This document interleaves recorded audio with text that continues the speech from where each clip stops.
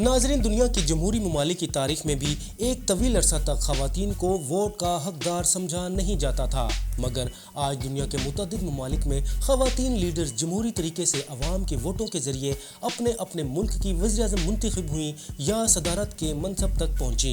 تاہم ڈیلی اب تک کی آج کی ویڈیو میں ہم آپ کو ان 12 مسلمان خواتین لیڈرز کے بارے میں مختصر معلومات فراہم کر رہے ہیں جو اپنے اپنے ملک میں صدر یا وزیر اعظم منتخب ہوئیں۔ ان لیڈرز میں سر فہرست پاکستان کی مقبول ترین عوامی لیڈرز بے نظیر بھٹو ہیں، جو نہ صرف پاکستان میں پہلی منتخب وزیر اعظم تھیں بلکہ انہیں دنیا بھر میں یہ اعزاز بھی حاصل ہوا کہ وہ کسی ملک کی سب سے کم عمر وزیر اعظم بنی اور مسلم ممالک کی تاریخ میں بھی پہلی خاتون وزیر اعظم قرار پائیں۔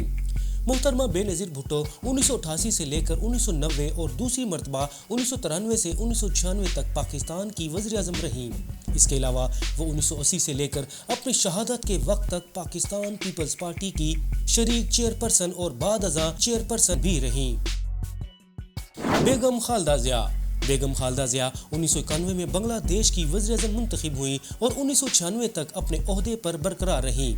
1996 کے عام انتخابات میں ان کی پارٹی شکست سے دوچار ہو گئی، تاہم 2001 میں بنگلہ دیش میں منعقد ہونے والے عام انتخابات میں وہ ایک بار پھر وزیر اعظم بننے میں کامیاب ہو گئیں اور 2006 تک اپنے ملک پر حکومت کرتی رہیں۔ خالدہ ضیاء ایک فوجی بغاوت کے نتیجے میں قتل ہو جانے والے صدر جنرل ضیاء الرحمن کی بیوہ ہیں اور انہی کی قائم کردہ سیاسی جماعت بنگلہ دیش نیشنل پارٹی کی 1984 سے لے کر اب تک چیئرپرسن ہیں۔ میم مادیور بوئے مغربی افریقہ کے ایک ملک سینگال کی مقبول سیاسی لیڈر ہیں۔ وہ 2001 میں سینگال کی وزیر اعظم منتخب ہوئیں اور 2002 تک اپنے عہدے پر برقرار رہیں۔ وہ سینگال کی تاریخ میں بطور وزیر اعظم خدمات سر انجام دینے والی پہلی خاتون ہیں۔ ان کا تعلق سینگال کی ڈیموکریٹک پارٹی سے ہے۔ وزیر اعظم بننے سے قبل وہ وزیر انصاف بھی رہ چکی ہیں۔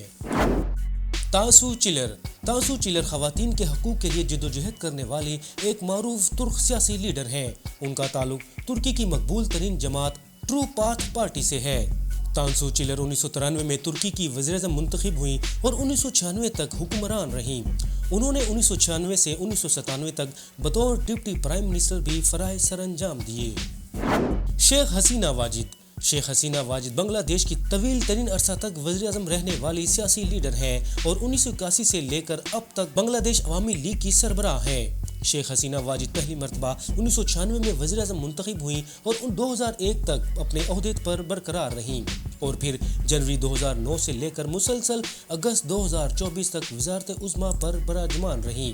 2024 کو شدید عوامی دباؤ کے نتیجہ میں انہیں اقتدار چھوڑ کر ہندوستان فرار ہونا پڑا، جہاں اب وہ جلا وطنی کی زندگی گزار رہی ہیں۔ سکارنو پتری میگاوتی انڈونیشیا کی عظیم لیڈر اور انڈونیشیا کو غلامی کی زنجیروں سے آزاد کرنے والے ہیرو اور انڈونیشیا کے پہلے صدر احمد سکارنو کی بیٹی ہیں، جو انڈونیشیا میں قائم ایک طویل ڈکٹیٹرشپ کو زبردست عوامی حمایت سے شکست دینے کے بعد 2001 میں انڈونیشیا کی صدر منتخب ہوئیں۔ وہ 2004 تک انڈونیشیا کی صدر رہیں۔ وہ بھی انڈونیشیا کی پہلی اور واحد خاتون صدر تھیں۔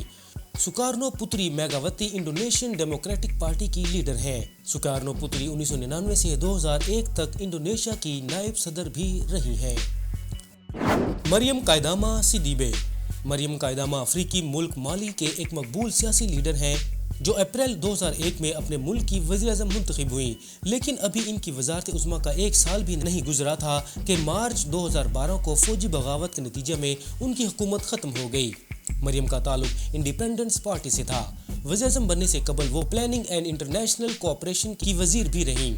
علاوہ ازیں انہوں نے وزیر زراعت اور وزیر برائے رورل ڈیولپمنٹ کے طور پر خدمات سر انجام دیں۔ 6 نومبر 2021 کو 73 برس کی عمر میں ان کا انتقال ہو گیا۔ عاطفت جاجاگا جنوبی مشرقی یورپ کے ایک ملک ریپبلک آف کوسوو کی لیڈر ہیں جو اپریل 2011 سے اپریل 2016 تک اپنے ملک کی صدر رہیں۔ عاطفت جاگاگا ریپبلک آف کوسوو کی تمام سیاسی جماعتوں کی منعقدہ صدارتی امیدوار تھیں۔ صدر بننے سے قبل وہ کوسوو پولیس کی اعلیٰ ترین عہدہ پر فائز رہیں۔ 2018 میں انہوں نے جاجاگا فاؤنڈیشن کے نام سے ایک رفاہی ادارہ قائم کیا جس کا مقصد کوسوو میں جمہوریت کے استحکام کے لیے جدوجہد جاری رکھنا ہے۔ امینا گورب فاکم